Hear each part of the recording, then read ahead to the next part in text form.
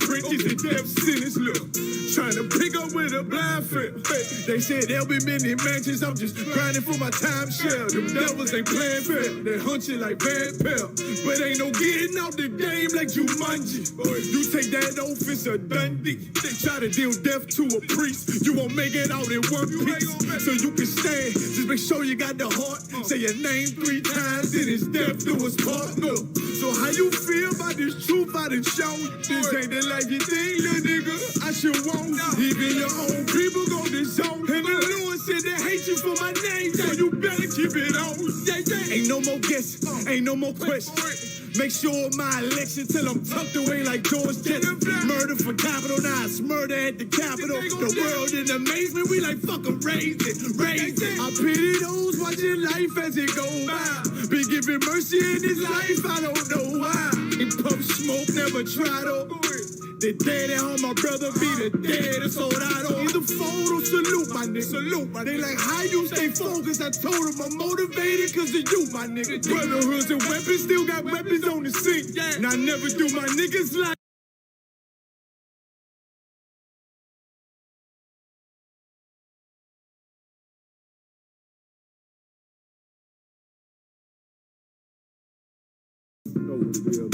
So, how you feel about this truth I done shown? This ain't the life you think, little nigga. I should want. Even your own people go disown. And the Lord said they hate you for my name, so you better keep it on. Yeah, yeah.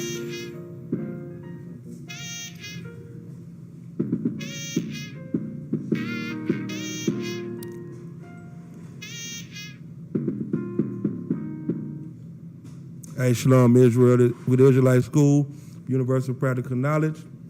Started out at 1 West 125th Street, Harlem, New York, under Commander General Your Honor. Today is the Wednesday law class. I'm in Killeen, Texas. Clap it up for Killeen, Texas. You know what I'm saying? Shout out to Officer Karab out here doing a mighty work. You know what I'm saying? These brothers out here putting in major bricks for the Lord. And you know what I'm saying? I'm really proud of y'all boys in the way that everything is growing out here, man. Y'all doing a hell of a job. Y'all keep up the excellent work. Today the title is what? What's the title of the class today? Separate Nations for a Reason. A lot of people don't understand the God that we have, or he don't understand why, why we would have slaves in the kingdom, and why, God doesn't love everybody, and you don't understand the full totality of us being God's children. So today I'm trying to break it down to you in a way where you can start to see how important you are on this earth. The Lord made everything for you. Give me that. In the Apocrypha. What's that, 2nd Ezra? And 6, give me that. Let me show you how this is all about you. All of this. Everything that you see, everything. That's why the Lord is so angry with you.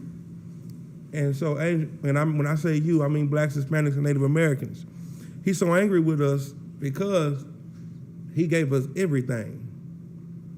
And when I say everything, I mean the earth, the water, the sky, the sand, the grass, the leaves, the tree, the animals. You know what I mean? Like oxygen. You know what I mean? Like everything on this earth was made for you.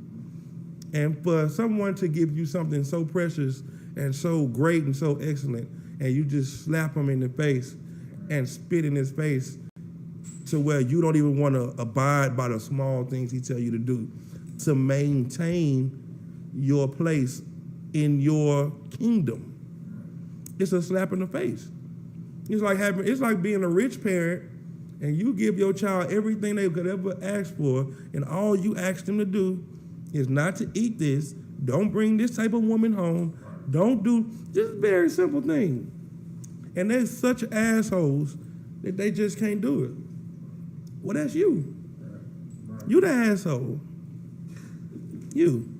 Whenever you start to, puff yourself up and say how great you are and how much you love the Lord, just remember you've always been an asshole. Read that scripture for me, huh? Book of 2nd Ezra, chapter 6, verse 54. And after these, Adam also, whom thou madest Lord of all thy creatures. Go up. Go up. What is that the first time we talk about Adam? Go up a little bit more when we talk about Adam. That's exactly what I want. Is there another part right above there that talk about Adam? That's fine. You can start right there. That's fine. After these, Adam also, whom thou madest Lord of all thy creatures. He made him what? Lord of all thy creatures. Adam is not the first man on the earth. He's the first man in the truth. And he's the man that that all nations come from. Right? So that means all nations come from who? Adam, sir? Yeah, but make it clear. All nations come from whom? One man? We got Adam. So all nations come from who? Correct. Give me Luke 3. Let me get Luke. Hold on, you hold that. No. Give me Luke 3. What you gonna say, Tabitha? All nations come from God. Somebody give me Luke chapter 3. And I want you to start at 38. verse 38. The book of Luke, chapter 3, verse 38. So we know that this scripture above this is the lineage of Christ. All the way from Christ, all the way down. Right? Go ahead. Which was the son of Enos, which was the son of Seth, Right? which was the son of Adam, which was the son of God. The son of who? God. The son of who? God. Now read what you just had over here, Carcazar. Come. And after these, Adam also, whom thou madest Lord of all thy creatures. Of him come we all. Of who? Of him come we all. I don't want to give it to you. Man, what was the question I initially asked y'all? You said all nations come from who? Yeah, all nations come from who? Israel. Thank you. Give him a hand. That's right. Every nation on this earth comes from you. And the reason it's in the Bible is to show you how important you are. Lot is a nephew of Abraham, which comes from Abraham and Eber.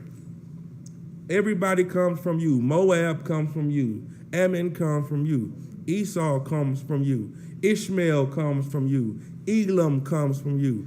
Everybody, Ham comes from you. Every nation on this earth comes from you. You are the daddy of every nation, but you are the baby of all nations.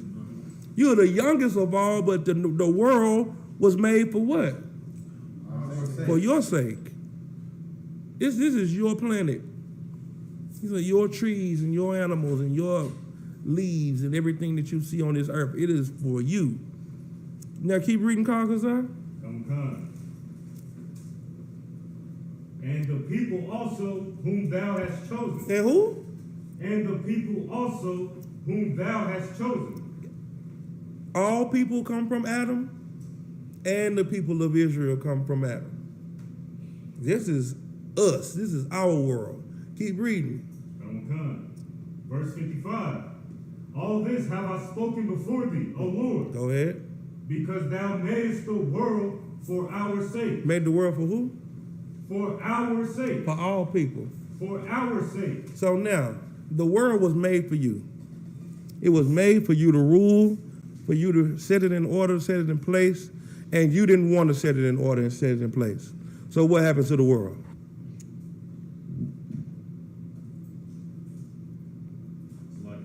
True. To the hands of the wicked. He was given to the hands of the wicked. Right. What else? The world is out of order. Because the people who supposed to, the Lord leaves you a factory. And the only people that can run this factory are the children of the owner of the factory. The children of the owner of the factory don't want the factory. So when stuff goes wrong with the factory, nobody can fix it because everybody else don't know how the factory operates. Right. Do you think that you're the inventors on this earth, by chance? You think everything that blacks, Hispanics, Native Americans have made was on accident? All of the inventions that black people have made. You think that just happened by reason? Nah. You are literally children of the Lord. Literally. You are sons of the power. You are Yasharallah, princes of the Most High, sons of God. This earth was made for you to rule it, to keep it in order, to keep it structured, keep everything it's supposed to be. Keep reading. Come. Verse 56. As for the other people, which also come of Adam, thou hast said that they are nothing. They are everything. They are nothing. We are equal. They are nothing. Let me tell you what you don't understand about God. The Lord set a hierarchy. And everybody that's not in that hierarchy is what? They are nothing. They nothing. Now, this was written thousands of years ago. And people that say they read the Bible are looking for equal rights.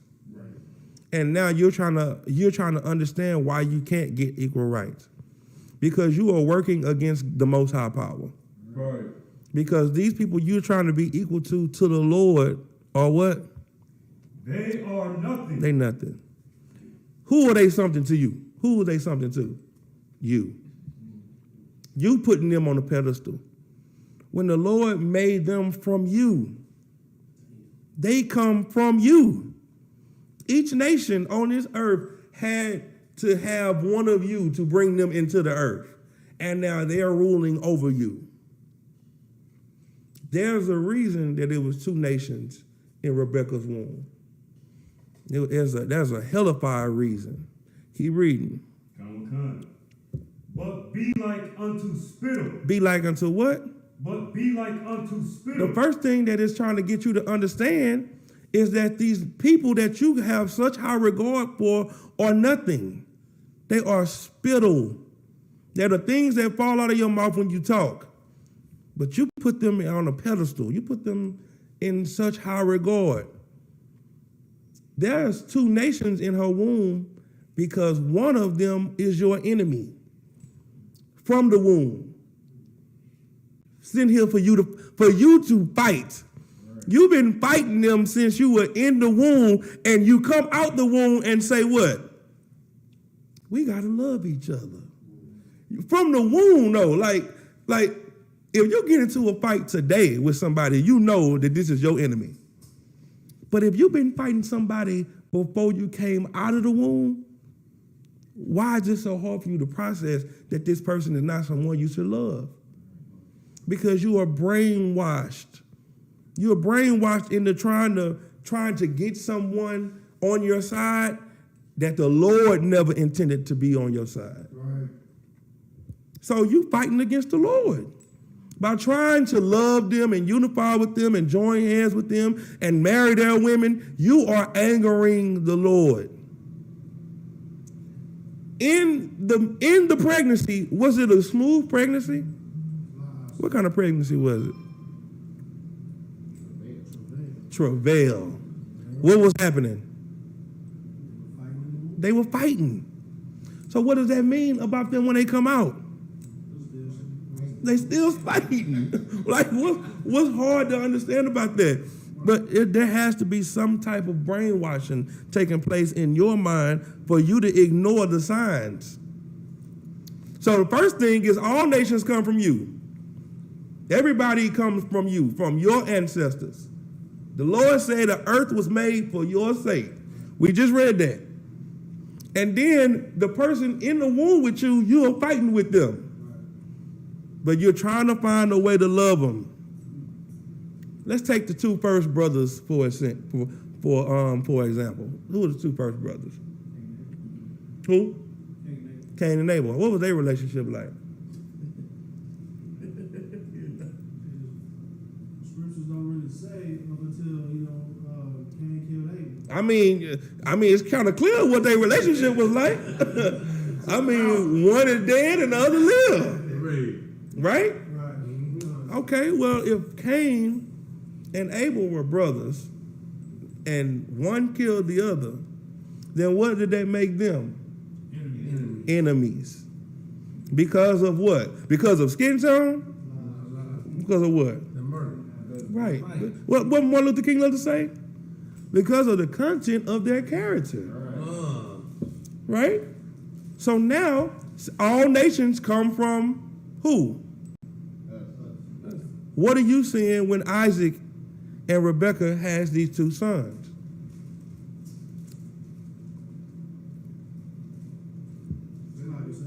What are you seeing when Isaac and Rebekah are having these two sons? A repeat of Cain and Abel. Yeah, but that's not the question I'm asking. What are you seeing? You're seeing the birth of two nations. That's what you're seeing. That's what the scripture says, right? Go to Genesis 25. You're seeing the beginning of another. In Genesis, it's the birth of nations. You got Ammon, Moab, with Lot, and you know why they look the way they look. Right. You know why they're mongoloid, because of incest. They still carry them same traits. You understand where Ishmael comes from. You know why he looked like us, but he not us. Right. You know why he has the characteristics he have, because it tells you in Genesis. Go ahead. Real quick, we were talking about Ishmael. A lot of people want to say that regardless of Ishmael got that promise he got, Mhm. he gave to his mother, that gave him Right. to be a great nation. They were still saying, wouldn't he be an Israelite because his father was who his father was, Abraham? Anybody got an answer for that? Go ahead, Trooper. It's like if I could, Ishmael was given a promise, but Jacob was given Israel was given the covenant. Yeah. That's true. That's true. Get a trooper a hand. That's true. But that's not gonna cut him, no. That's not gonna cut him. What was your question again? My question was, since Abraham was the father of Isaac and Jacob them, Mhm. this is the question. Why is Ishmael only got that little promise? Right. So, Go ahead. Abraham was not Israelite. Abraham was the father of many nations. You know what I'm saying? So even though Ishmael came from him, but Abraham was the father of Israel, which was a nation. He was the father of Ishmael. which The was a covenant went to. Go ahead. Oh, it's that. It's because it's what the Lord said. Because we can say the same thing about Jacob and Esau. Right. You know what I'm saying? It's what the Lord said. Thank the you. Lord told Abraham, I'm doing this through Isaac. This is the covenant. It's not with Ishmael, because Abraham prayed on Ishmael's behalf, like, let him live before you. But the Lord, it's not what the Lord says. It's about the seed of promise. right. Right? Who was the seed of promise? Isaac. Isaac was. Why was Ishmael even here? Because of Because Sarah. of Sarah, the dad's sisterhood. So like, not sisterhood, but so You must say sisterhood. I see where you're going. yeah, but she had sisterhood to let him have a child, you know what I'm saying? Right. It was because of a fleshly thinking. Right. It was because they really didn't have faith in the Lord. The Lord said, I'm going to give you a baby. She was like, look, we're not going to have a baby. So basically what the Lord is telling me to do is to get you another wife so she can have you a baby, because I'm not going to have no baby. Right. And then the Lord was like, no, I said you are going to have a child with Sarah. And that's the child I'm going to bless. So that's why it didn't matter what they did. And that's why he sent her away with Ishmael, because this wasn't the seed of the promise. Right, okay. You see what I'm saying? So when people say that, it's just they don't understand. They think a blessing is the kingdom. Right, but that's not the covenant. The covenant, the agreement that the Most High made was with Abraham, Isaac, and Jacob and his seeds. You see what I'm saying? The seed of those that are chosen. And that's why, give me Romans, give me that scripture. Romans 9, and I'm starting like 11. And you bringing me right to the point that I'm finna make. You walking me right into the door. Romans 9 and 11. Oh, you can start at 10. Book of Romans chapter 9 verse 10. And not only this, but when Rebekah also had conceived by one, even by our father Isaac. Mm-hmm. Verse 11. For the children being not yet born. By being what? Not yet born. They had to do good to get this blessing. For the children being not yet born. Go ahead. Neither having done any good or evil. Wait a minute. I thought you had to do good. I thought you had to, be saved. Anybody could come to Jesus and be saved. That's what the Christians teach. Right. The Bible said this was chosen before they was even born, not yet doing good or evil. Right. Christians always talk about predestination. Predestination. I was predestined.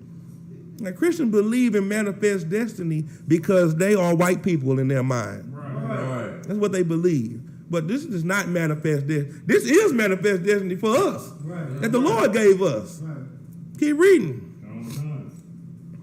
That the purpose of God according to election. According to what? According to election. What is election? You ought to know this. I know y'all voted this year. How many of y'all voted? Okay, I'm trying to see. According to what? According to election. Go ahead. Might stand, not of works, but of him that calleth. Of him that does what? Him that calleth. Why are we so loved by the Most High? That's it. Give him a hand. That's it. Like, you should be happy to be one that's called by the Most High. And it's such a slap in the face for the Lord to choose you and you to look back and say, but what about them? Right. You wouldn't do that with the lottery. Right.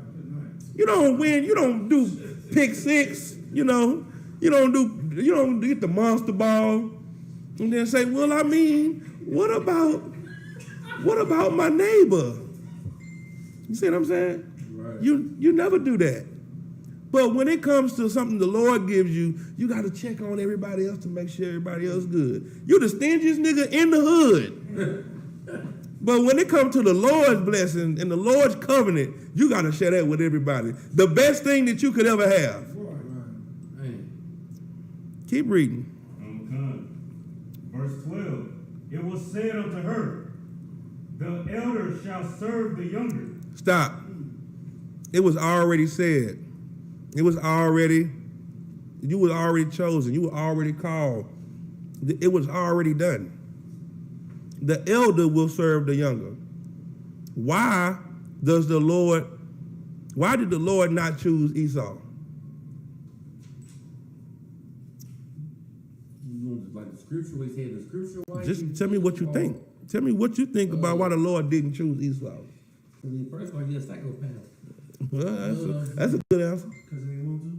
Thank you. That's the easiest. Like that's how you think practical. He didn't want to. He didn't choose them. But think about this. If we're talking about two nations, you know, we got reincarnation in our nation. Right. You got two other brothers before this. One brother was murdered and the other was cast away. And it's so crazy to know how to find a nation. How can you find a nation in the scriptures? Let me ask it again. How can you find a nation today in the scriptures? By seeing the curses. Right. The what and the what?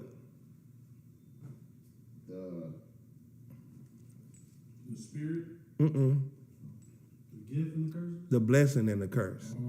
You got to be able to identify what they were given and what their curse was going to be. So we can identify Esau because it says he will be blessed with the fatness of the earth. He will rule with the sword. You know what I mean? It's all of his blessings. Then another thing we realize is with Cain, he said that he would be a fugitive and a vagabond in the earth. So he'll be a culture bandit, and he'll always be on the run from the law.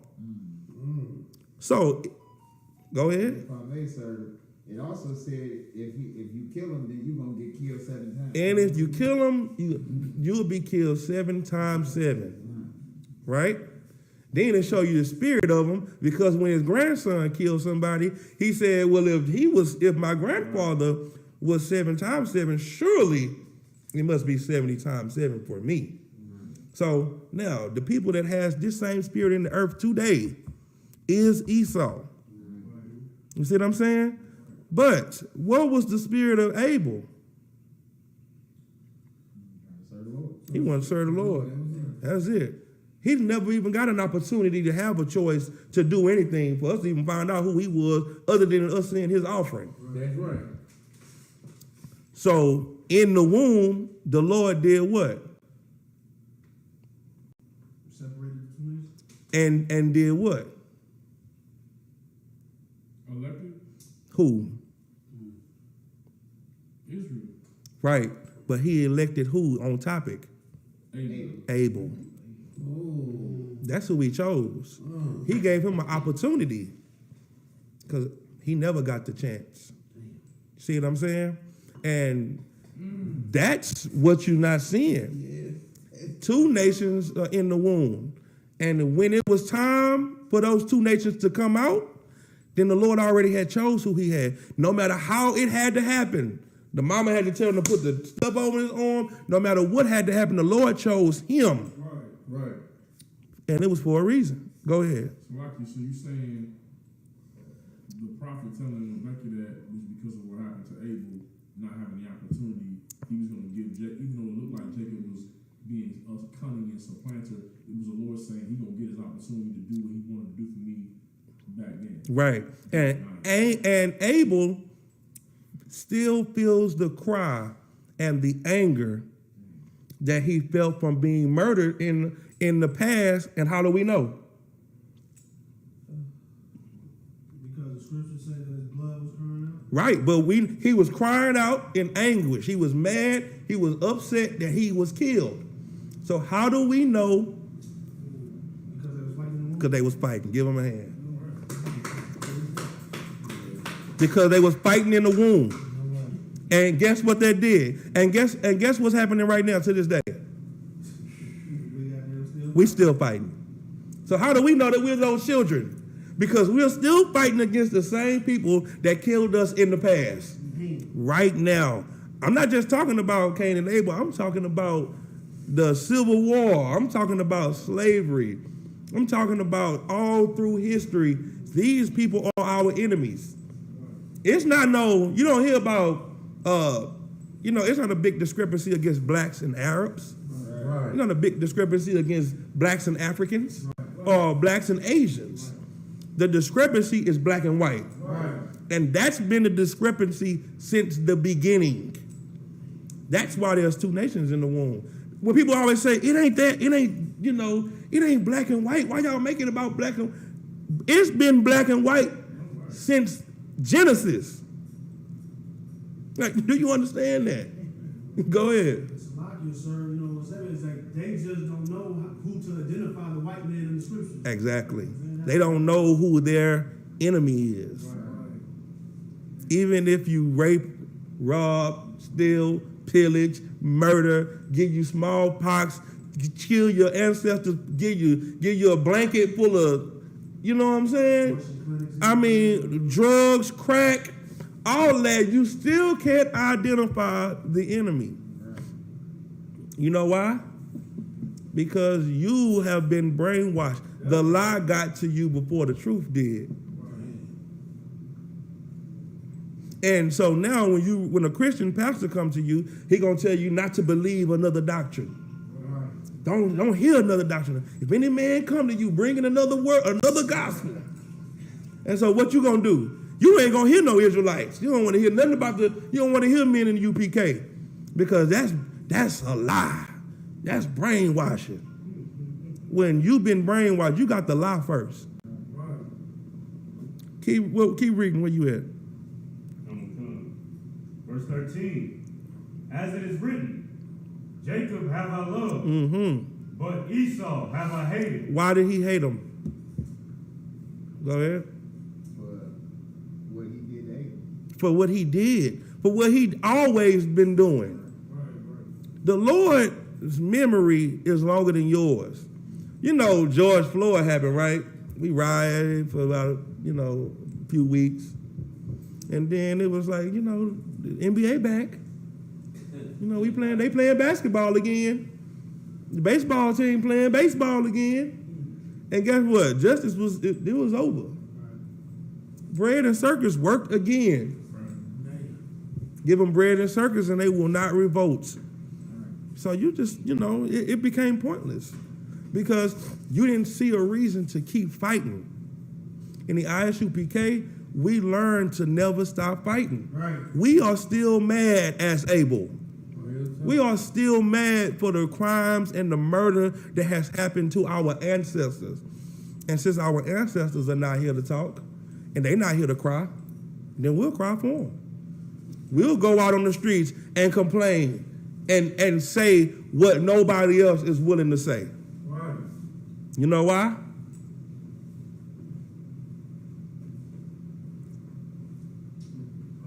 Why do we care?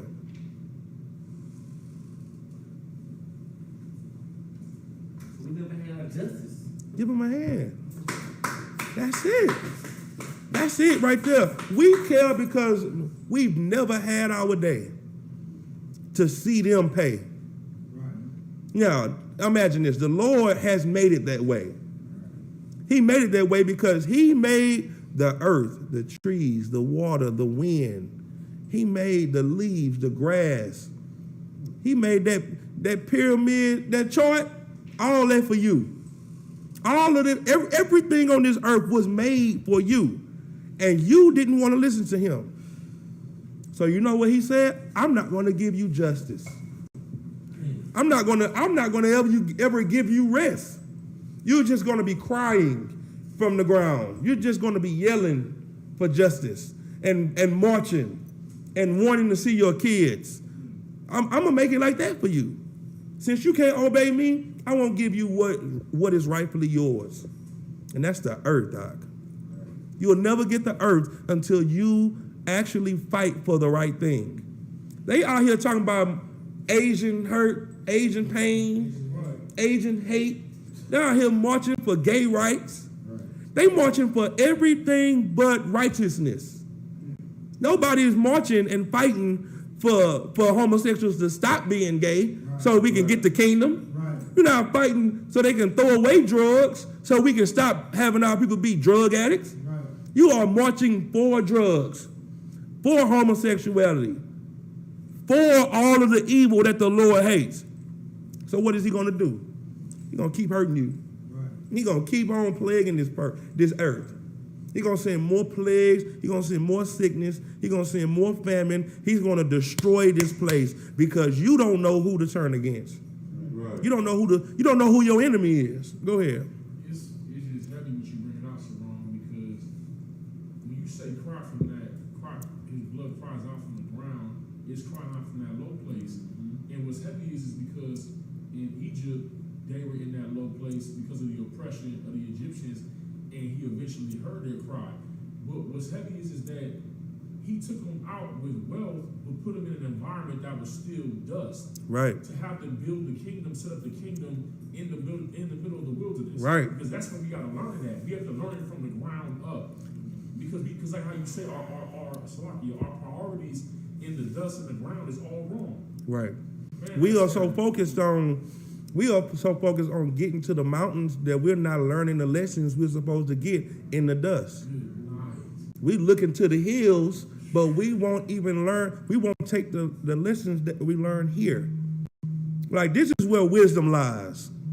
Wisdom lies in this place because of all of the mistakes and all of the hiccups and all of the burn marks that you got from all of the pain that you have. That's where you get your pain from. This is where you get your wisdom at. And instead of us utilizing it, we ignore it. We're like, oh man, you know. As soon as you pray for the Lord to free you out of your condition, and he frees you, what do? You turn your back on him every time. Lord, if you can give me this job, you just look, Lord, I know I just put the blunt out, Lord, but if y'all could pass this piss test, and you pass that piss test, and you celebrate with a blunt. How many times has the Lord been doing that? 6,000 years? 7,000 years? That's that. What you do? And that's the mercy that the Lord has. I mean, he done killed you thousands of times. You know what I'm saying? He didn't kill you. He feels good about what he's doing to you. That's why you grow up with one long leg and three toes. Because you're gonna pay. Go ahead, Doc. No, it's just what you bring out exactly, sir, because we basically, sir, like we think that we can buy our way up out of it, because you were saying Salaki, it's like when the children of Israel with the manna, they wanted to put their mind on, they were so used to the oppression, it's like the stimulus check. Give me that stimmy, that $1,400, as if that is going to fix the situation. Like, you can, money is an answer, but it can't fix everything. Money can't fix everything. And like how the scriptures say, right, riches don't deliver from the day arrive. Right. And he's trying to get us to understand, like how you said, the rulership, which is it's not a, he let them out with gold and riches, but that didn't mean nothing. He stopped the economy with some locusts. He already know, like, the earth is already yours. All things belong to you. But you chasing this because you feel like he got it. Did you know we used to control the weather? We used to pray to stop the weather. We were the weathermen. You had to be on our side to get the sun. To get some rain. Because if we prayed against you getting rain, you wasn't getting it. You go 7 years with no rain. You go 7 years of famine because you messed with us. Like, what are you worried about? You are so tapped into this culture and this world, you don't know the true power the Lord got for you. So now you base all of your strength on what he bases his strength on. His strength is in his military. His strength is in his riches. His strength is in his technology. So now that's what you feel you got to have. Riches, wealth, technology. You got to have all of these things. When you got a power that nobody can see, but it is real. You got a power that sent ice through here a month ago and shut down the state. The energy state, the power state of the United States was shut down. Why can't you just tap into him? Instead of tapping into tapping into that side of your mind that's all about money and all about riches and wealth. That's what you're not tapping into. You see what I'm saying? And that's what the Lord wants you to do. The Lord wants you to tap into him. He wants you to give him all of that love and that focus and that everything that you have. But other than that, you just focus on you. That's your real focus. Your real focus is on what you want and not the Lord. And that's why we're in captivity right now. That's why. Go ahead, If I may, sir. So, like, going back to the beginning, in the garden with the serpent, we know that that's the spirit of the white man. Mm-hmm. So, is being in the truth the spirit of Abel, and being outside the truth the spirit of Cain? Of the world, yeah. Because this you got to understand that Seth is the one who actually got the chance. You know what I'm saying? Seth would be the first reincarnation of Abel. You know what I'm saying? But After that, you know what I'm saying? It will be it would be Cain, Esau and Jacob. That's what it would be. And that's how you're going to have to understand how important it is for you to know your culture, come to knowing who you are so that you can tap into what you're supposed to do and how you're supposed to do it. Period. Like the only reason we so thrown off is because your help come from who? The white man. That's who you rely on. But back then, our help came from the Lord in everything. If we needed something to eat, the Lord sent down food for us to eat. If we were thirsty, the Lord told us, hey, go hit that rock. I'm gonna give you some water. Now you thinking about water for us to drink. The nation drank water off of this. The nation. Like, you can't even compute that. Imagine standing in the line with millions of people getting bread and water. That bread seeds that's falling out the sky that we can crush up, make dough, and we eat it every day. Then we say, you know what? I'm tired of bread. I'm tired of manna. The Lord sent quail. Right. Boom. I'm thirsty. Hit that rock. Water. Bow. Like, what's the problem?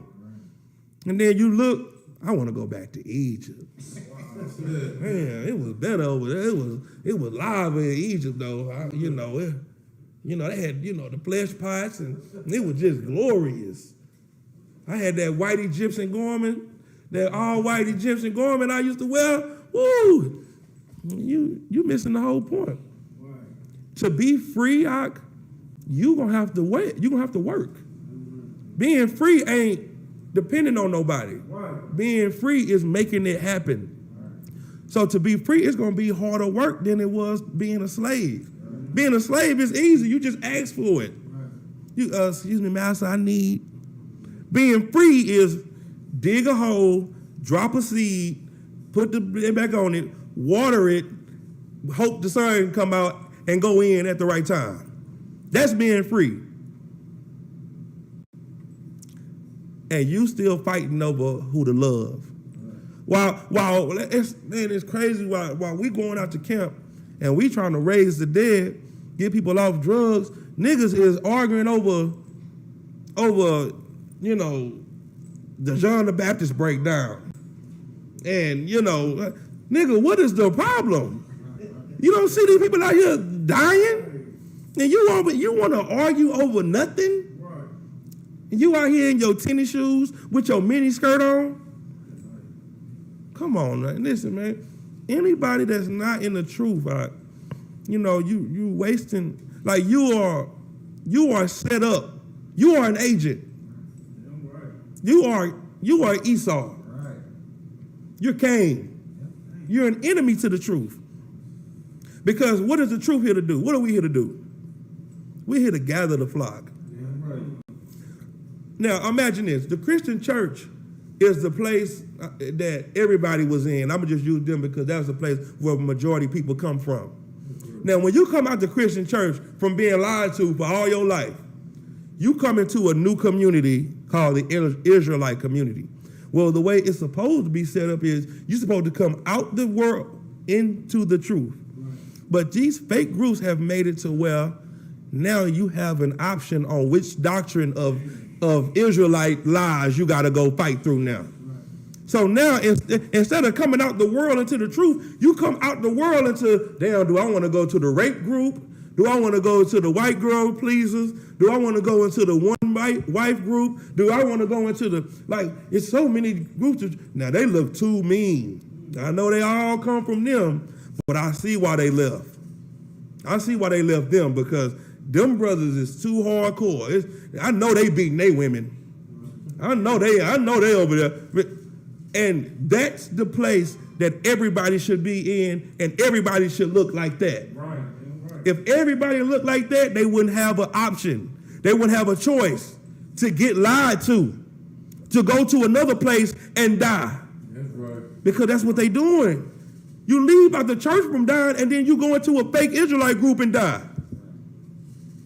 That's what you call killing me softly. Damn. That's what that is. They killing you softly. They got smooth words. They telling you what you want to hear. They got part of the doctrine. They got the 12 tribe chart. You know, they telling you the white man is the devil or the oppressor or whatever they telling you. So you're getting some of it. It sounds good, it feels good, but it's not. It's still death. Right. And it's the same thing as Esau and Jacob. It's the same battle. It's the same war that we fighting against good and evil, righteousness and wickedness. And the oppressor has always been evil, and he has now used our brothers because that's always been the battle. The battle has always been against brothers since Cain and Abel. In your house, the in-house battle has been the battle we have always been losing. You know, I can prove it. Give me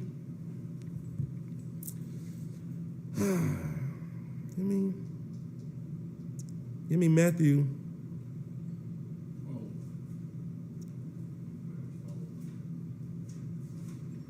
Give me John 13 and 34. We've been losing this battle of brotherhood since the garden. Let me show you how long. Let me tell you. Now you're going to understand why your king said this. Read that. The book of John, chapter 13, verse 34. A new commandment. A what? A new commandment. What kind of commandment? A new commandment. Uh-huh. I give unto you. That what? That ye love one another. Why did he say that? Is that a new commandment? Was that not in the law? Was that not in the Old Testament? Why is he saying it's a new commandment? Because it's something that you never applied. Right. It's something that no matter how many times you read it, you never did it. How many times have you read Matthew 18:15? How many times has somebody said to you, you got a Matthew 18:15, your brother? How many times do you do it? Right. Read it again. A new commandment I give unto you, that ye love one another. The problem is, when you don't Matthew 18 your brother, 18:15, you hate your brother. That's proof. That's proof that you hate him. Because that's the love that Christ told you to, that's the way you resolve a matter. You resolve a matter by taking it to someone who can better judge it. Because you can't judge it with each other, because we've been fighting since the womb. Right. We've been fighting since the garden. Brothers. So we got to talk to somebody about it so that we can get it off our chest. And somebody else can say, look, this brother is right, this brother is wrong. Or he can say, you wrong and you wrong. Both of y'all dumb. Y'all are both the problem. And then y'all could both say, okay, now that's over with. That weight is off my chest. You see what I'm saying? But guess what? Nobody wants to do that. You know why? Give him a hand. Thank you. I appreciate it. At least I know somebody heard me tonight. That's it. You hate your brother. You gotta take it to your brother, man, and your sister. Women can hold grudges for 40 years. You understand? A woman can say, oh, she knew I bought that dress to wear to the picnic, and she gonna buy it and wear it too. See, she know what she doing. She know what she doing. I ain't gonna talk to her now they don't talk for the rest of their life because of a dress. Because the women hold grudges forever. Christ said what? A new commandment I give unto you. This for sisters too. A new commandment I give unto you. The problem has not always been other nations. See, it's funny when people say Black Lives Matter when a white man kills you. But when a black man kill a black man, then there's no snitching. Right. When a black man kill a black man, then it's, that nigga he was really out of line. It's justified. But black lives only matter when a white man kill you, when the police kill you. Black lives should always matter. It should matter if a white man kill you or a black man kill you. It should matter. Let me tell you how much it matters to the Lord. A brother killed another brother, and he's still gonna wait for the judgment. Two blood brothers killed each other. One blood brother killed another one, and the Lord said, "Don't worry, I'll deal with him." That's what the Lord said. So now we waiting on the judgment of a brother from him killing his brother. Still to this day. Right now. That's how much it matters. It matters that much. It matters so much that the Lord don't even want you to get the vengeance. He's going to do it. Go ahead. So like I said, what you're saying is so heavy because he don't want us to get the vengeance, but he wants us to learn the rulership, which is the Matthew 18:15. Because all we got is an education is Cain. Right.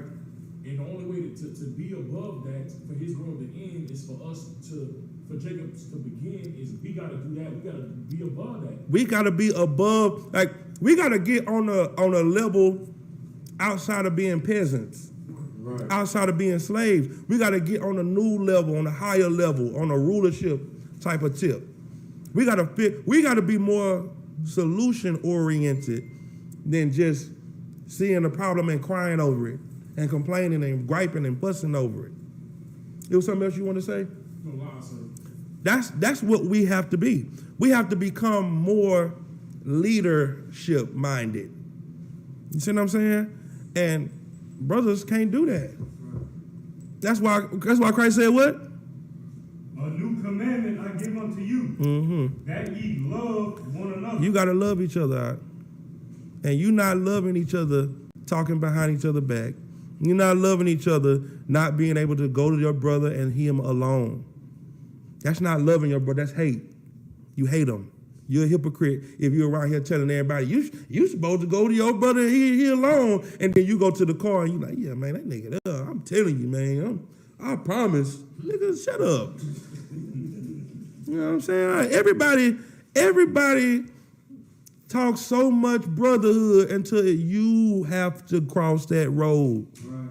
Until it's your time to take a nigga to counsel. Let me tell you something. Counsel is not a bad place to go. Counsel is the court that you need to go to repair your brotherhood and your sisterhood so that you can continue to love each other. If you don't take your brother to counsel, you're going to hate him. What's going to happen is pressure is going to build up in these pipes of brotherhood. And one day it's going to burst. And it's going to burst without the brother even knowing what he did for the pressure to build up. He's going to step on your shoe 3 times, and you're going, in your mind, you're going to say, see, this nigga always stepping on my shoe. See, he playing with me. He do this all the time. He always do this. Now, what is the brother thinking when he step on your shoe? Nothing. He don't even know that it's bothering you. He don't even know he's stepping on your shoe because you never said nothing to him. And then one day, he hit that toe. And you, God damn it, nigga, you, every time I, nigga, And he like, damn, what's all this? What's the problem? And you like, oh, you know what you've been doing. You know what you've been doing. Yeah, nah, nigga, don't try to play funny. You know what you've been doing. And you made it up in your mind. Your brother don't know what he been doing, but you do. And you ain't said nothing. Well, like I'm telling you, the problem that our nation has always had ain't always been other nations. It's been the brotherhood. That's what we need to fix. We need to fix us. We need to stop. We know the white man the devil. The white man is the devil. He always been the devil, and the Lord gonna judge him. Right. The Lord say, vengeance is mine, I will repay. We got that. Bam, that's done. Now let's fix this brotherhood. Let's fix us, man. You know what I'm saying? You're the Lord of hand, because that's the way we're gonna get the kingdom. You know what I'm saying? all these fake Israelite groups and all that, they need to go and talk to Commander General Rihanna. They don't need to go talk to Sinetta. They don't need to go sit down and talk to nobody. They don't need no platform. They need to go and talk to the leader of the nation. That's what they need to do. If they care so much about their people, if they love blacks, Hispanics, and Native Americans, they need to go and talk to the leader so that the leader can tell them what's next. Getting on there trying to debate a nigga, that don't mean nothing. That don't mean nothing. They need to either talk to Commander Junior Hunter or shut up. Right. That's what they need to do. Somebody got something else? Well, I want to say something about that. Go ahead. Quick. Like, you know, when you think about it all, what you saying and how the scriptures break it all down, and you know what? I realize why the ISUPK up on the Commander Junior Hunter, the truth is because we, even though that curse is still out with the eye back in Deuteronomy, brother, we don't put that behind us, Saran.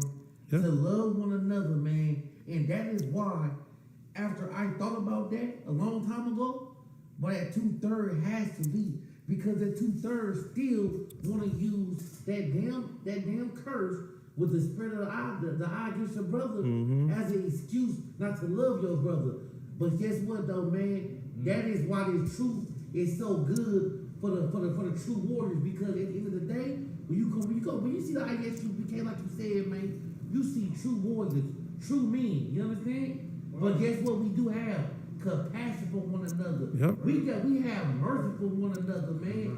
And this is why I always say to one of y'all was shy for giving me this truth, man. And I can't see nothing better than this truth, man. I always encourage my brothers and my sisters to come into this truth because there's nothing like it. Give them a hand. Give me Matthew 19 and 19. Give me Matthew 19 and 19. Yeah. Not loving your brother is self-hate. That's what it is. You want to see why we so destroyed? Read that. It's the book of Matthew, chapter 19, verse 19. Honor thy father and thy mother, and thou shalt love thy neighbor as thyself. As who? As thyself. As who? As thyself. Why do we hate each other so much? Because we hate ourselves. Give them a hand. That's the truth.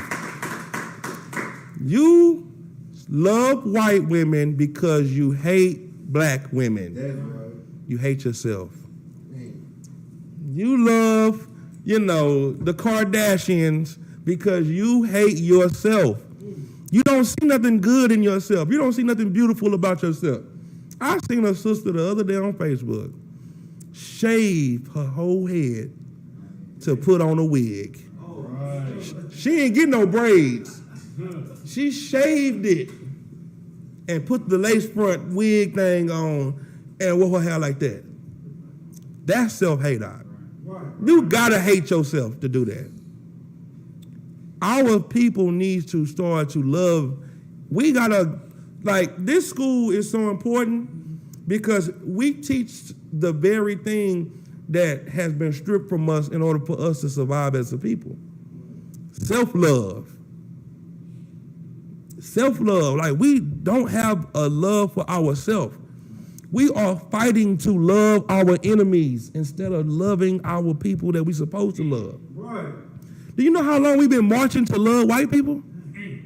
Marching for years and years and years to love the people that raped, robbed, and pillaged and stole your identity and stole your land and your language and everything that you are. They stole it and you fighting to love them. You will march for Asian hate before you go to a black march. I ain't making it up. When we go to the marches and Black Lives Matter marches and we go out there and blaze on them for how stupid they are for going out there and joining with all them homosexuals, right. how they done joined the gay movement to the Black Lives Matter. Why is it when black people start saying they lives matter, then everybody else got to say they lives matter too? Black lives matter, gay lives matter, blue lives matter, all lives matter. Why our lives can't matter alone? Why do we have to beg for our lives to matter? Right. We gotta beg for civil rights. Just treat me civilly. Be nice to me. Go ahead, Doc. No, just to answer your question, Saran, it's because they all come from Adam. So when you cry out, they feel like they gotta. I'm tapping into you too. Right. You can't separate us. They don't want. The Lord called us to be separate, but they're not gonna let us be separate unless we say that we separate. Give him a hand. That's where being free comes in. If the people that pay you see you trying to separate, then what are they gonna do? Stop paying you. You're gonna have to start being able to be independent so you won't have to depend on them. That's what we're gonna have to do, right? It takes sweat and tears to be free. But once you are free, you're free. America ain't always been such a great country. It was built. And it was built on the back of slaves. So why is it bad to have slaves? When the Lord said he wants you to have slaves, I can see if we were just in the UPK was the only one saying we're gonna have to start civilization over and we're gonna have to have slaves. And I can feel why you would think, well, those guys are really mean. That's kind of racist. The Lord said you're gonna have servants and handmaids. You're gonna take them captives, who captives you were, you're gonna rule over your oppressor. And you say, I don't know about that. No, that's not my Jesus. That's not my Jesus. I don't know that Jesus. That's that Old Testament. Yeah. Go ahead. So don't the scriptures say that we should be praying to him, for the heathens to be our inheritance? That's what. Give him a hand. Yeah. You don't even know what to pray for. Like you praying to a God that wants you to have slaves about sharing. What? What? Like, are you understanding? Like, it's like talking to a bully. Like, hey, dude, would you like my lunch today? Nigga, I want your lunch every day. Nigga, what are you saying? Yes, I want it. Give me that. What, Psalms? Psalms 2, sir. Yeah, Psalms 2. Give me that, Psalms 2, and I think it's like 8. You got to learn what to pray for. That's right. What the hell are you praying for? World peace? Right. Unity? Come on now. Psalms 8. Psalms let me chapter see. 2, Hold verse up. 8. No, that ain't it. That's it? That's it. Oh, I'm in the wrong chapter. Go ahead. I'm at chapter. Yeah. Go ahead. Psalms chapter 2, verse 8. Yeah, that's me right there. Read that.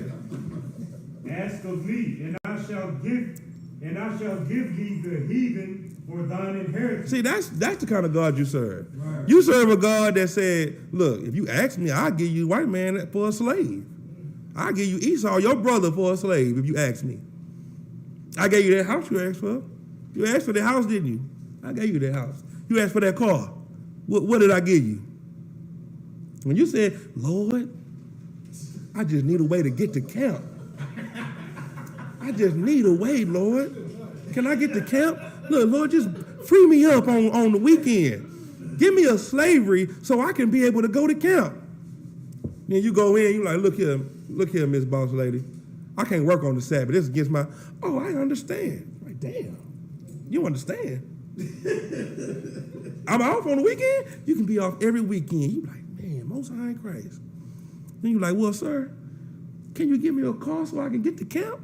And he like, you get on Facebook and you get to looking, and damn, this car is $2,500. I got $5,000. I can do that. Thank you, Lord. Well, if he did that, why don't you say, Lord, I sure wouldn't mind a field full of devils, field full of oppressors. Throw me a couple of Asians in there too, because they work hard. I want me a good squad of Asians, at least 12. And I want a couple of East Indians, but I got to keep them far away from the house because they stink. If you get to asking the Lord for that, what the Lord gonna do? You ain't even got no land. You gonna have East Indians in your front yard, lined up. Why don't you have it now? No, say what? Because you ain't asked. Real tough. The Lord gave you listen, give him a hand. Look, the Lord gave you a job that you asked for when you was smoking and selling weed. You were selling weed and crack. And you was like, Lord, I'm going to watch this money with this little security job. I'm going to get this little security job. I'm going to clean this money up. I'm going to just funnel it through here. So now you're going to see me, I got a job. I'm good. The Lord was like, get a nigga that little job. Let him have a job. Well, ask the Lord for slaves. Right. Read it again. What does it actually say? Ask of me, and I shall give thee the heathen for thine inheritance. Now, what's wrong with that? I'm going to tell you what's wrong with it. You're not in the spirit of Christ to ask for something in his will. That's right. You don't ask for things in the Lord's will. Whose will do you ask for stuff in? Your will. When you our Father, which art in heaven, hallowed be thy name. My will be done on earth. That's what you say. My will be done. That's what you saying when you selfish. Go ahead, Doc. If I may, sir, it's so heavy that you bring that out because, like you said earlier, the Lord never forgets. Like He remembered all the way from the beginning and just giving us a long list of a reason why we should be asking for this the whole time. Right. And we still can't even get with it because we still trying to save it. He giving us the records. You reading the records. Like, damn, they been messing over me for a long time. Damn right. Can we just love each other though? It's a lot, sir. Please? It's a lot. Go ahead. Sir. What's so heavy is he ain't say ask for your own is to have. What did it say? Kawazar, read that one more time. He said a key word was so crazy. Listen, read that one more time. Book of Psalms, chapter 2, verse 8. Ask of me, and I shall give thee the heathen for thine inheritance. For your inheritance, man. That's a birthright. And inheritance is the birthright. And we ain't asking for that? Good night. So he's saying, ask of me, and I'm going to give you and your kids, Damn. and your kids' kids, and your kids' slaves. Right. The white man must have prayed this prayer. He had to, because they got it. Good You've been night. a slave from generation to generation to generation. Man. Go ahead, Doc. And the thing about it is, when they hear us talking about, when they read that scripture, He'll give us slaves for our inheritance. In their mind, they're thinking of slaves like how we were being treated, and you know what I'm saying, and how we were slaves. You know Right. what I'm saying? But the thing about that is, when we have slaves, we're gonna have slaves righteously. You know what I'm saying? That's right. They're That's not right. gonna be eating no goddamn pork. You know what I'm saying? They're not gonna be doing all this kind of wickedness. You know what I'm saying? We want to rule them in righteousness. That's right. That's right. Keep reading. And the uttermost part of the earth for thy possession. And I'm gonna give you slaves, and I'm gonna give you land. The uttermost parts of the earth. Land that ain't nobody even thinking about, I'm gonna give it to you. I'm gonna give you mountains and hills and valleys and jungles and desert land. Whatever you want, I give it to you. You mine, you my child. What would you not give your child? You would give your child anything you want as long as it ain't gonna hurt them. As long as it's lawful. But if it's in your power to do, you're going to do it. Well, your Father created fish, air, grass, leaves. Your Father created everything on the planet.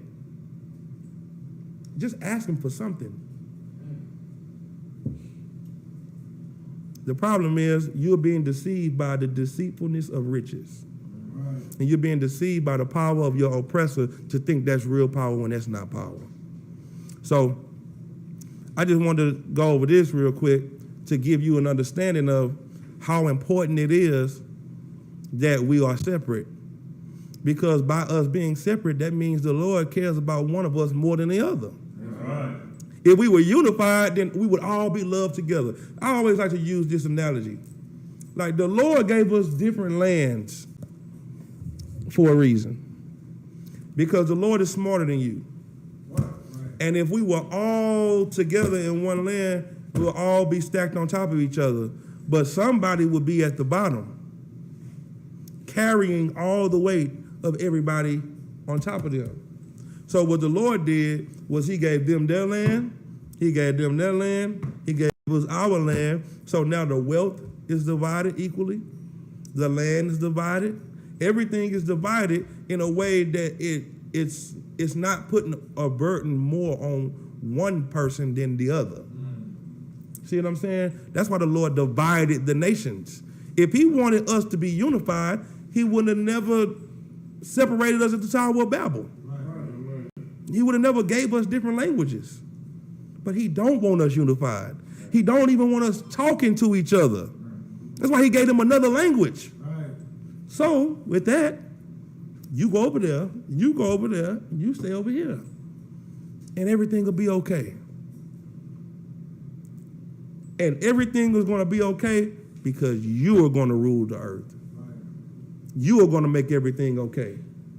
When the righteous bear rule, the people rejoice. But when the wicked bear rule, the people mourn. And the earth is in mourning because wicked rulership. Anybody got any questions? I'm done with that. Go ahead. Sir, going back to what we was talking about earlier, I think we was talking about that question was also Karab had asked if Abraham was the father of Ishmael, you know what I'm saying, then why was he, I guess, not an Israelite, you know what I'm saying? Mm-hmm. So, again, it's going back to Abraham being a father of many nations, right? Because Abraham had children, they started their own nations, you know what I'm saying? Right. So again, like Abraham wasn't an Israelite. You Right. know what I'm saying? Right. So that's why, goddamn Isaac, Israel was Israel. Ishmael was the heir. Isaac wasn't an Israelite either. Jacob, Salaki. Thank you. Jacob name was changed to Israel, and his children were Israelites. But Isaac was the one chosen over Ishmael.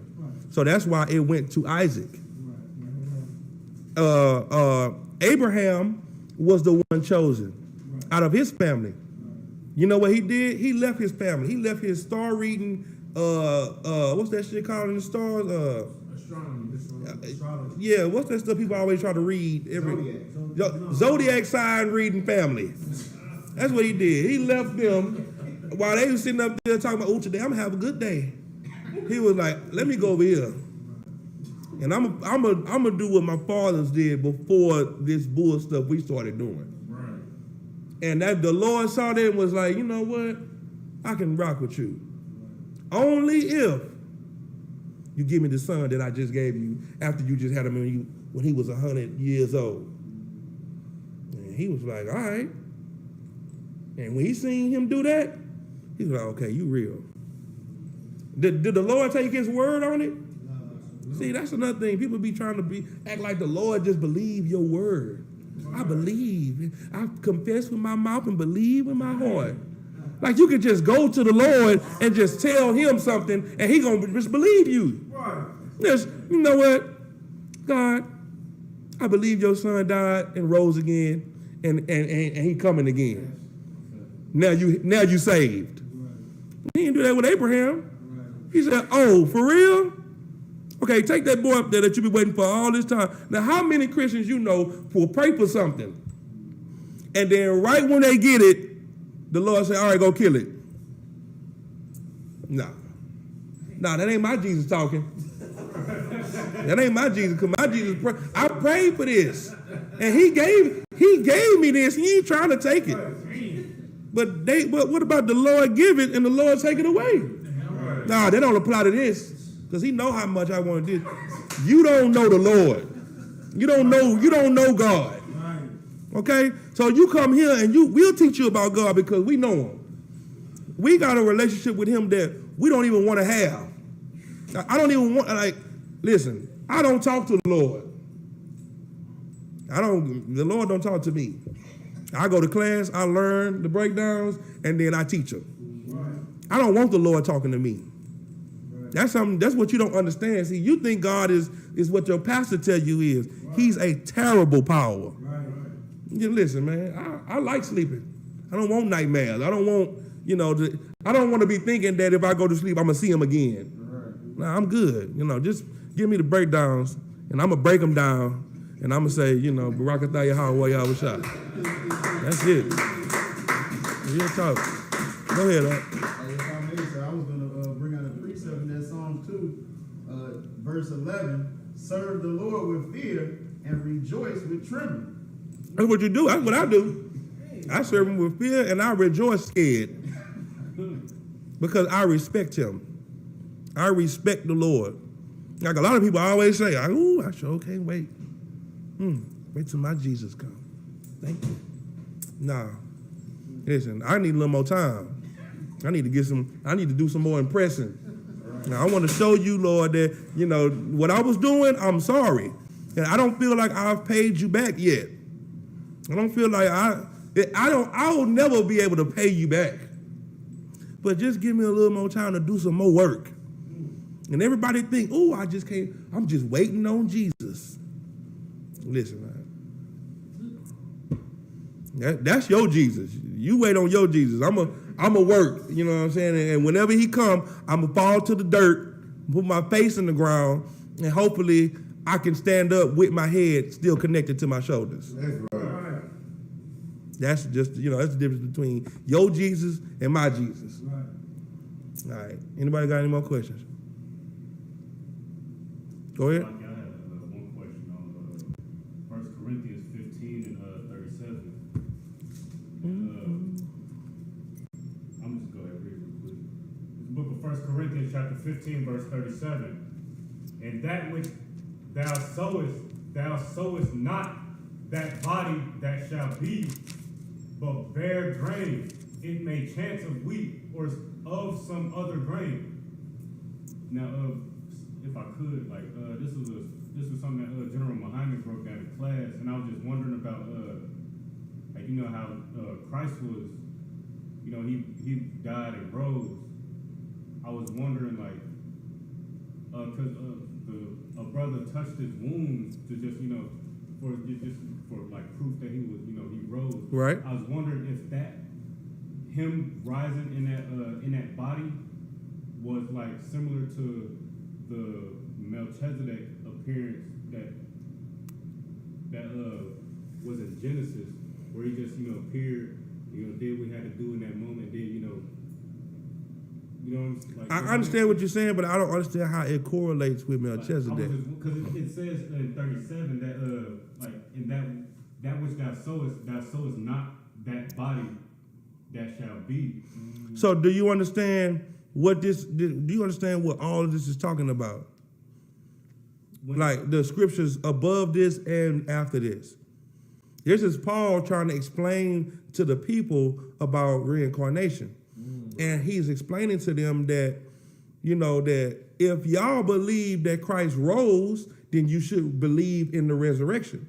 You should believe in reincarnation because it's rising and dying. It's the same concept. It's dying and being rose again, whether it's in the same body or in a different body. He's explaining to them that that reincarnation is in the Bible. And he's giving it to them in an analogy of vines and seeds and farming, because that's what they understand, because they were farmers. You see what I'm saying? So that's why General Muhammad uses the example of the onion. When this side is dying, it springs out something on the other side, or a potato, the same thing. Because this vessel is going to make some new life. Just like you. We dying every day, but we making children. These children that we making are from us, but they are not us. You see what I'm saying? So my children that I have, they are not me, but they come from me. They have my characteristics. They look like me. They walk like me. They talk like me. They do everything like me, but they are not me. So he's explaining to them, how it works, and he's crushing the notion that a lot of people think about people having sex with angels.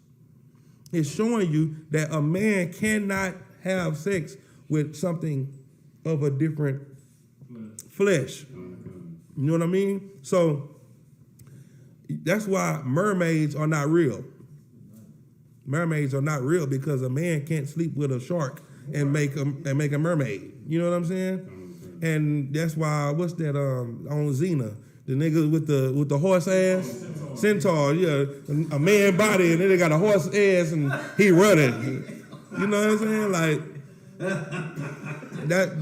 that's how people always thought. The Greek gods and all these different goddesses and all these type of things, they've always tried to make something make sense out of the power that we had. So they started making up stories about bullshit.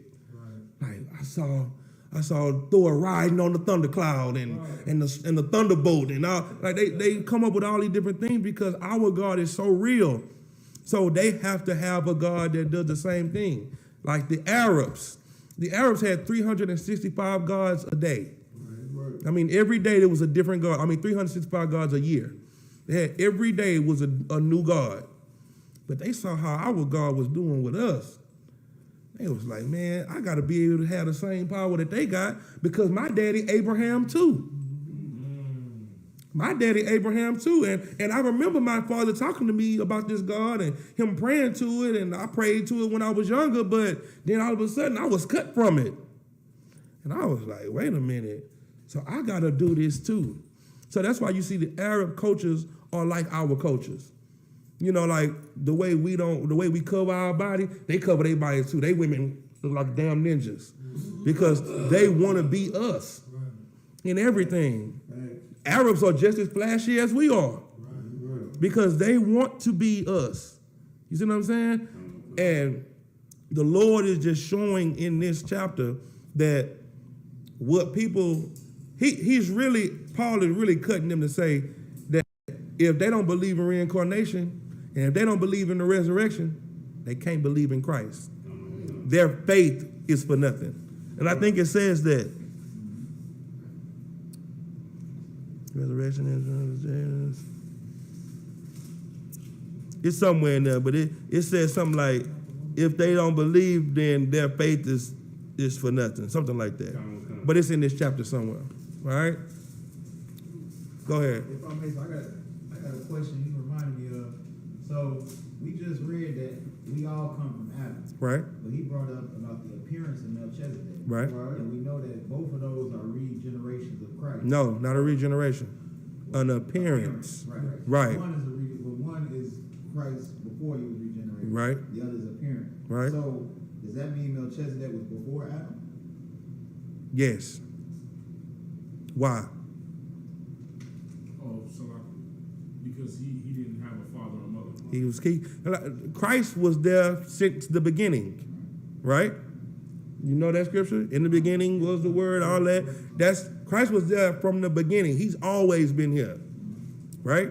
So to answer your question, yes, he was before him. And why did Christ say it is finished? Because he had served out his punishment from, the transgression of King Solomon. Solomon, yes, but go ahead. What was prophesied about him in the Old Testament had came true. Yeah, go ahead. Adam. The first sin came from Adam, right? Adam was You mean the quickening spirit that precept? yeah, give me the first man, Adam. It's right here in this chapter 15, 47.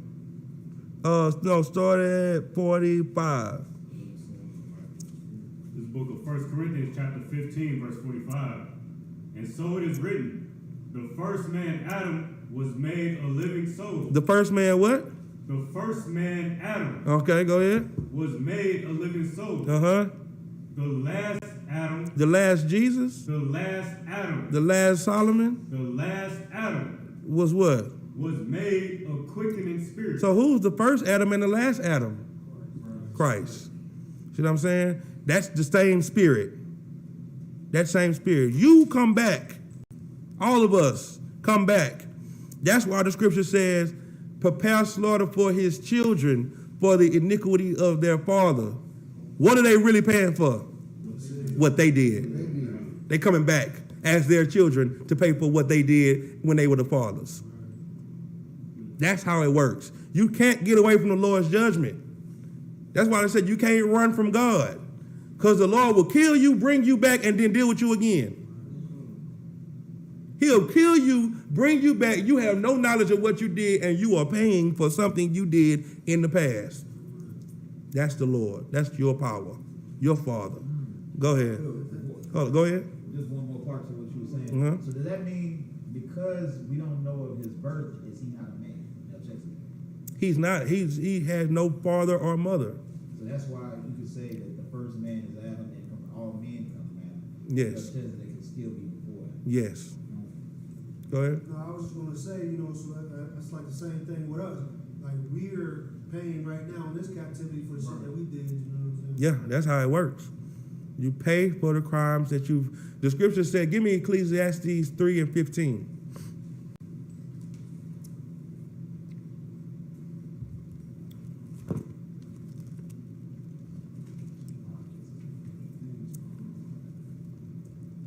Whoever get it first, read it. This is the book of Ecclesiastes, chapter 3, verse 15. That which hath been is now, and that which is to be hath already been. What does that mean? That which have been is now. What is that which have been? The past is now. Yeah, go ahead. The thing which is named, man. Yes, people. People, let me give you this, give me chapter 6, verse 10. Same book.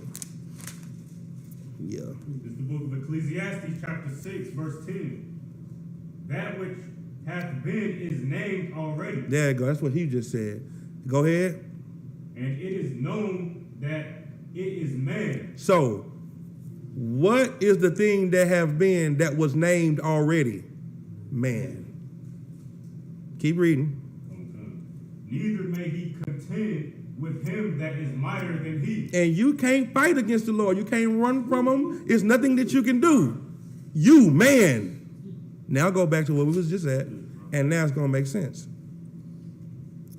The book of Ecclesiastes, chapter 3, verse 15. That which hath been is now, and that which is to be hath already been. So that which have been is what? Is now. Who is that? Man. That's you. You that's living right now, that's you. Keep reading.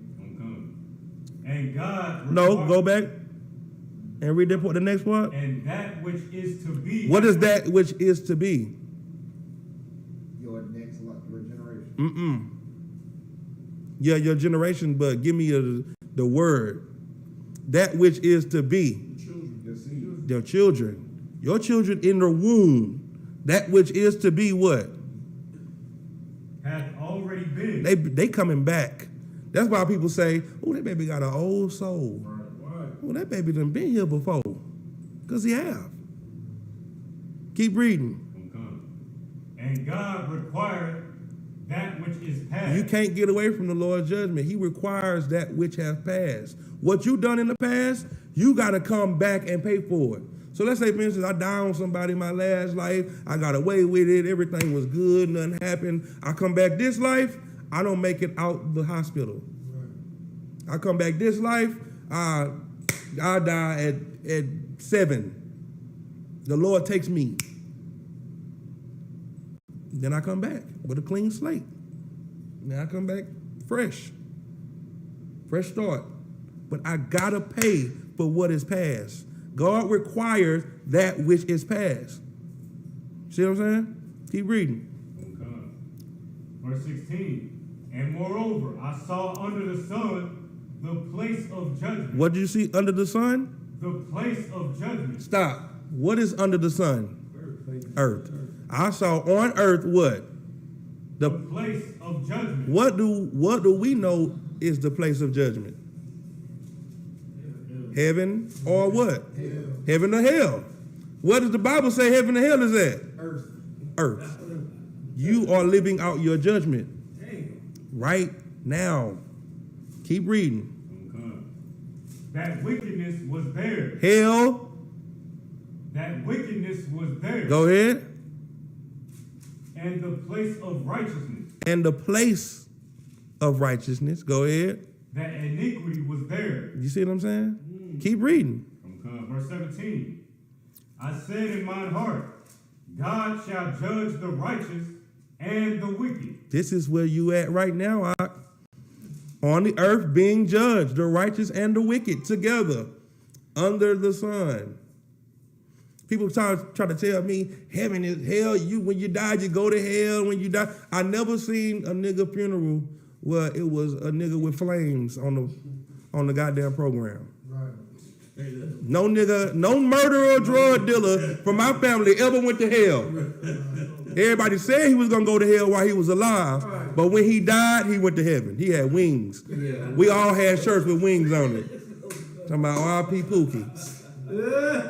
Fly high. Rest well, my nigga. You see what I'm saying? No, that ain't how it works.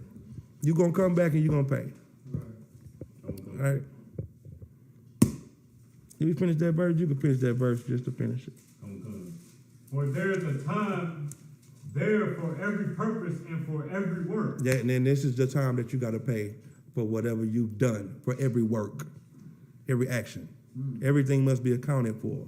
What you say, what you do, everything is, and it's going to all be accounted for fully on the day of judgment, because that book gonna be open. And you got the book of life, and then you got them other books. Yeah, you got the book, right, the other books. You got the book of life, you know what I'm saying? The book of life got all the good you've done. But them other books, that's what your accuser gonna be reading from. Your enemy. They gonna be like, huh, who we got up here? oh, this corrupt. Woo! Starting at page 1, and he gonna get to reading it down. And you gonna be sitting over there like, oh, I know, I'm through. Oh my goodness. Damn, they wrote that? Damn, they saw that? Oh my God. My goodness. They gonna tell everything. You gonna just lay there because you gonna know you done. And then you gonna hear that voice that's reading their life. But he did come into the truth. He became a new man. He was in Killeen, raising people out the dead too. He was doing this, he was doing that. I mean, yeah, the brother did do this, but you did say, see, it's court. But you did say that if you be ye transformed by the renewing of your mind, you did say if you bethink themselves in the land of their captivity. You know, I mean, Lord, you are a man of your word, aren't you? All right, get up, nigga. Come on. My good and faithful servant. You've been faithful over a few things. I'll make you rule over many. Come on over here, nigga. Get that nigga a crown. Good job. You understand? You gonna be like, you ain't gonna even want the crown. Because they gonna been and read all of the tragic. You gonna know you don't deserve it. It's like getting a 70 on the report card. You know you really got a 68, 67. And you like, she gave me a 70 and she just went ahead and gave it to me. I appreciate it, miss, because, you know, I wouldn't be play football tonight if it wasn't for you. Yeah, straight up. You know what I'm saying? That's it. You're going to get that crown on your head, you know what you're going to do? You're going to take it off and throw it back at his feet. And you're going to say, this, you know, Kodash, holy, holy. Like, man, I don't deserve this. Anything you give me, I don't deserve it. You died for me. And that's the thing that I can't stand for a nigga to come into the truth and tell me how much he love his brothers and love being in the truth, and you can't stop going to the strip club or smoking cigarettes or, you know, eating shrimp. And you want to tell me how much you love the Lord. Nigga, you ain't doing this for me. You're doing it for a nigga that died for you. And you turn your back on somebody that actually died for you, and you want me to believe you love me? I understand. I appreciate it. Okay.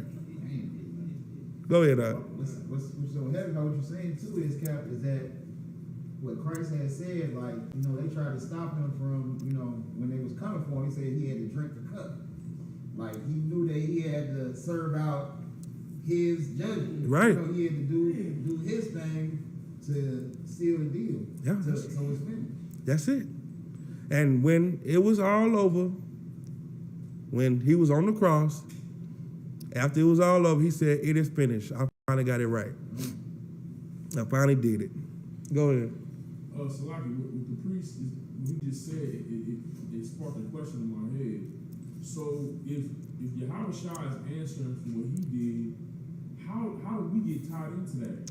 If like why is he the one that eats it for everybody else when he's really eating it for himself too? Like, Because how do we get? Because like, you know how I say that if we sin willfully, then there may no more sacrifice for sins. mm-hmm. But even though we're still living out our punishments in the reincarnation, Right. What is he covering? Since we're still having to live out, because you have a big Israelite ask the question, they be like, well, if Christ died and he got rid of the curse, then why are we living out the curses? So like, what's the science behind that? That's an excellent question. And it's very practical. It's very easy to answer. Christ died. Okay, I don't want to give you the answer. I want you to pick. I want you to understand it so you can answer the question yourself. Christ died for what? He died for sin. Died for sins, right? So that what? That we might have opportunity in life. So you could live and not die for your own sins. Okay, if you slept with another man's wife, and if Christ wouldn't have died, and you slept with another man's wife, what would happen to you? Death. Christ died. You sleep with another man's wife, what happens? You get an opportunity. You have an opportunity to change. You never would have had an opportunity to change before Christ. So now, why are we under the curses? Because we hadn't changed. Thank you. We didn't change. So the sin not gonna go unpunished. So the curse is still there. And Salakia. Go ahead. And that's why that's where the Christians be getting twisted, because they in their head they like breaking generational curses. It's kind of hypocritical too. Mm-hmm. They feel like it's them that can break it, but it's Christ that broke it. But you gotta walk in the same Walk power. in the newness of him. Right. You gotta walk in the newness of what Christ died for. So since he died for you to have a new opportunity, now you have to walk like him. You gotta be like him and live in life and come out of death. Because that sinful life that you were living was death. So real quick, so we know that sin entered the world because of Adam. Right? Right? Alright, so is it because like Christ died because of the sin that he brought into the world, which we followed that sin? You know what I'm saying? So Yes. Okay, so we were not supposed to die. Okay. Christ, oh, damn, I want to give you, okay. Okay. Christ, okay. What happened as soon as Adam sinned? Yes, this is the best way to ask that question. What happened as soon as Adam sinned? What you gonna say, sis? Yes. Death was brought into the world. What is death that was brought into the world? Curse. Name the curse that was brought into the world as soon as Adam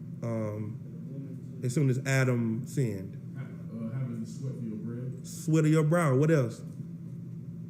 The earth bringing up thorns. Earth bringing up thorns. What else? The woman's labor pains. What else? Eve becoming a mother of a dead son. And her son was a murderer.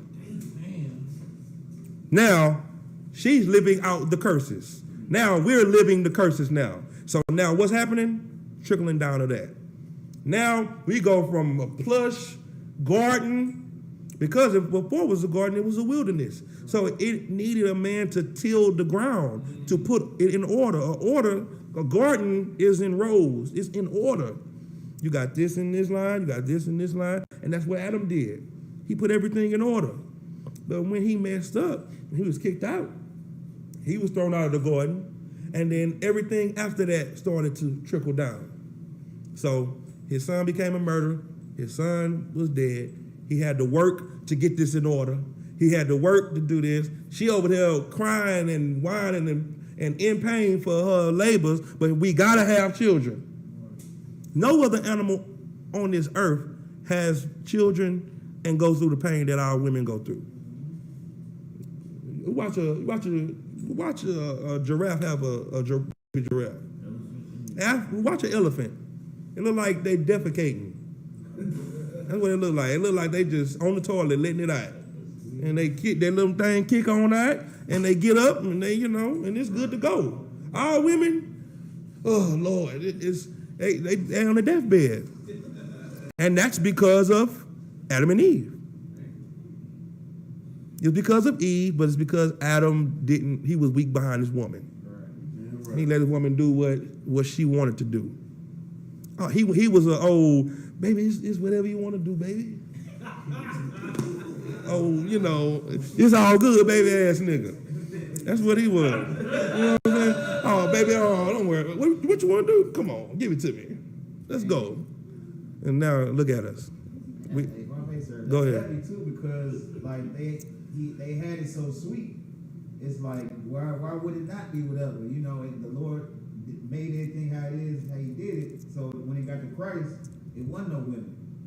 It's like, I'm gonna get it right this time. I'm straight about the business. I'm no rib. I'm no nothing. I'm a eunuch for the kingdom. Right. I don't want to look at no woman. Give me 2 Ezra 7 and 11. This will help you. And this is on topic with everything we've been talking about too. We can start at verse 10. This is a good one too, because this is not something you hear a lot. Go ahead.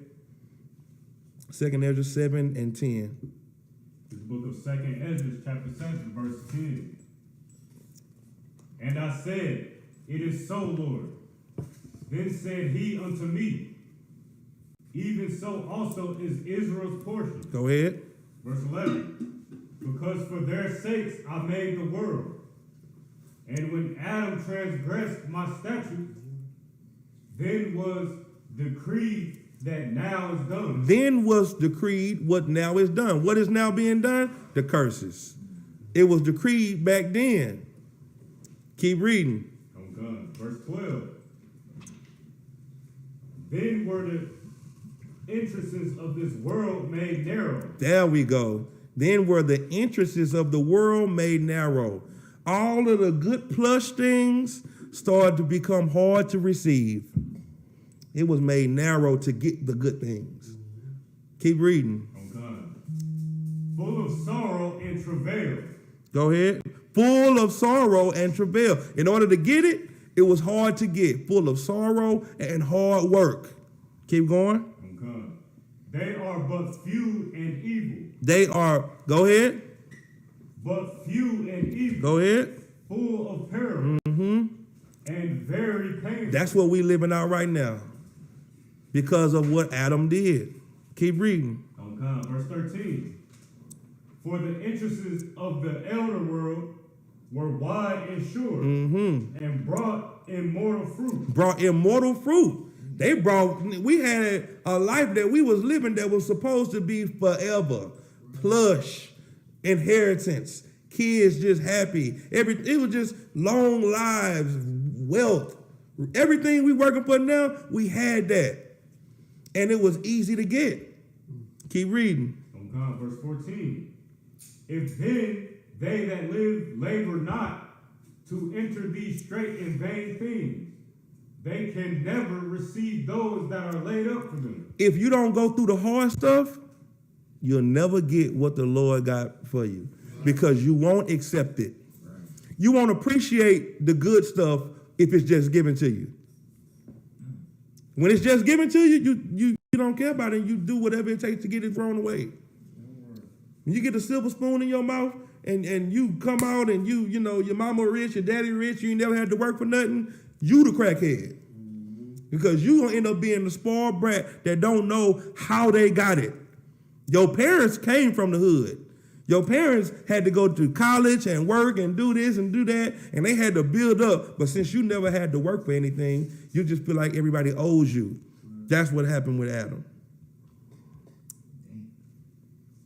Oh, look, I want you to see the part when that boy started going hard on Adam. Read verse 48. This is a nigga. This is how I know I can relate to this Bible. Listen to what he said, verse 48. Okay. Book of 2 Ezra, chapter 7, verse 48. O thou Adam, what hast thou done? Salakia. Listen to that. He's finna start checking Adam like, we've been going through all this perilous times and evil and travail. Adam, it's your fault. Keep reading. Okay. For though it was thou that sinned, thou art not fallen alone, but we all that come of thee. You see that? Adam, you made the mistake, but we got to live it out too. We got to go through the pain. My life's got to get cut off. My kids going to eat because of what you did, Adam. Now, nigga, it ain't just Adam, because you ain't doing what you supposed to do either. You see how it turn around quick? It's easy to do this until you realize you got these pointed back at you. You can point that finger, but you can't realize you're like, damn, 1, 2, 3. Damn. Yeah, that's the new nigga. You know what I'm saying? That's what they doing, because they can't accept the fact that they're the problem. Keep reading. Verse 49. For what profit is it unto us, if there be promised us an immortal time, whereas we have done the works that bring death? Go ahead. Verse 50. And that there is promised us in everlasting hope, whereas ourselves being most wicked are made vain. Listen, he just going through complaining. This whole rest of this is about him complaining about how it's Adam's fault. Read 56. Okay. Verse 56. For while we lived and committed iniquity, we considered not that we should begin to suffer for it after death. When are we going to suffer for it? After death. After what? After death. After what? After death. That's what you call reincarnation. You don't consider that when you sin, you suffer for it when you come back. Keep reading. Verse 57. Then answered he me and said, This is the whole conclusion of life. If you can understand this right here, you can understand the ISUPK and the Command Journey Yana, and you can understand why we go so hard for this. We understand the Lord and warfare. What did the angel answer Idris and say? This is the condition of the battle, which man that is born upon the earth shall fight. Might fight? Shall fight. Could fight? Shall fight. Your life is not going to be easy, because life is about warfare. Right. It's about fighting righteousness against evil. Right. It's about fighting your flesh against your spirit. It's about fighting what you want to do in your will against the Lord's will. And it's about who's going to win. This is hell for you, because the earth was made for it to be your heaven. Right. This is your hell. Well, in this hell, this is the condition of the battle. Being raised with crackheads, being raised in an infested hood with roaches and rats. Right. and not having nobody in the house with you, nobody coming to your football games, nobody in the stands for your graduation, nobody patting you on the back. This is the condition of your battle. This life that you live, you not knowing who you are, being an African American, being a Mexican, being a Dominican, being everything but who the Lord said you is. This is the condition of the battle. That what? Which man that is born upon the earth shall fight. You got to fight this. This is the battle. You can't run from it. It's nothing that you can do. Keep reading. Don't come. Verse 58. That if he be overcome, he shall suffer as thou hast said. If you are overcome, like Adam was, if you are overcome by all of those wicked men that didn't follow the Lord's laws, you are going to suffer. That's what's happening to you because you are overcome. You are losing. Keep reading. Don't come. But if he get the victory. What's the victory? If you follow them laws, if you do what the Lord say, you come up in His truth and learn how to serve the Lord the right way. If you get the victory, what'll happen? He shall receive the thing that I say. You're going to receive the life that everybody always wanted, a life more abundant, a life of happiness and joy and peace and being at rest and having servants and slaves working for you and building your house. The things that you've always wanted. Any questions online?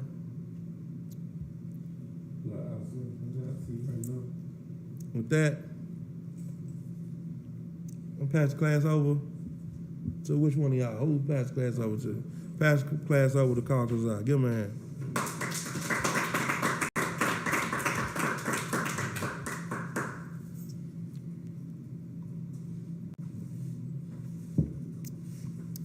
These are the ISUPK security announcements. We are the ISUPK, start out of 1 West 125th Street, Harlem, New York. Rule for new brother or sister. When a new brother or sister comes into the school, they are off limits for 6 months. They are to be saluted only. They are here to share themselves of the world. If they need transportation, the teacher will arrange it. After 6 months, if a brother or sister has an interest in a particular person, he or she must get permission from the head to speak to a brother or sister. There is another 6 months in which the brother or sister will court each other. After the 6 month period, the brother or sister will get permission from the head to marry. Tithes, which is a commandment, in Numbers chapter 18, verse 21, and in Malachi chapter 3, verse 8 through 10. Ma'ashara means tenth in the Hebrew. 10% of every penny of any increase the Lord gives you. Give to the treasury department or teacher. Priest fund, the free will offer for priests. It's not mandatory. It's whatsoever amount you would like. Upcoming holy convocation. We have the 52nd annual Passover coming up on April 24th of 2021. We found in Exodus chapter 12, verse 1 through 51. Leviticus chapter 23, verses 4 and 5. 1 Corinthians chapter 5, verse 7 and 8. And 2 Chronicles chapter 30, verse 17. Remind Akim and Akwatin to check the bulletin board in the hallway. If anyone wants to be a trooper in the school, start wearing all black. Boots, shirt, pants, headband, and scarf. And this concludes the ISUPK security announcement. All jokes aside, you know how niggas be like, I'm this and that for life, this and that for life. I'm on this for life, nigga, this a blood oath. Salaki, I just wanted to get to that right real quick. Imagine, good courtesy salute to the brothers. Men of Israel, Imagine Shabbat. Imagine. Barak. Yazmatah. Saw. Turn and face the sisters. Sisters Imagine. That means stand.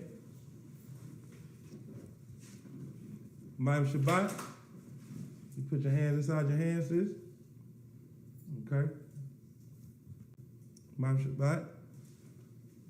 Imagine. Barak. Yahweh Shemar Ladam Ba'Shem Yahushua. Yazmatah, dismissed. Yo, Madara.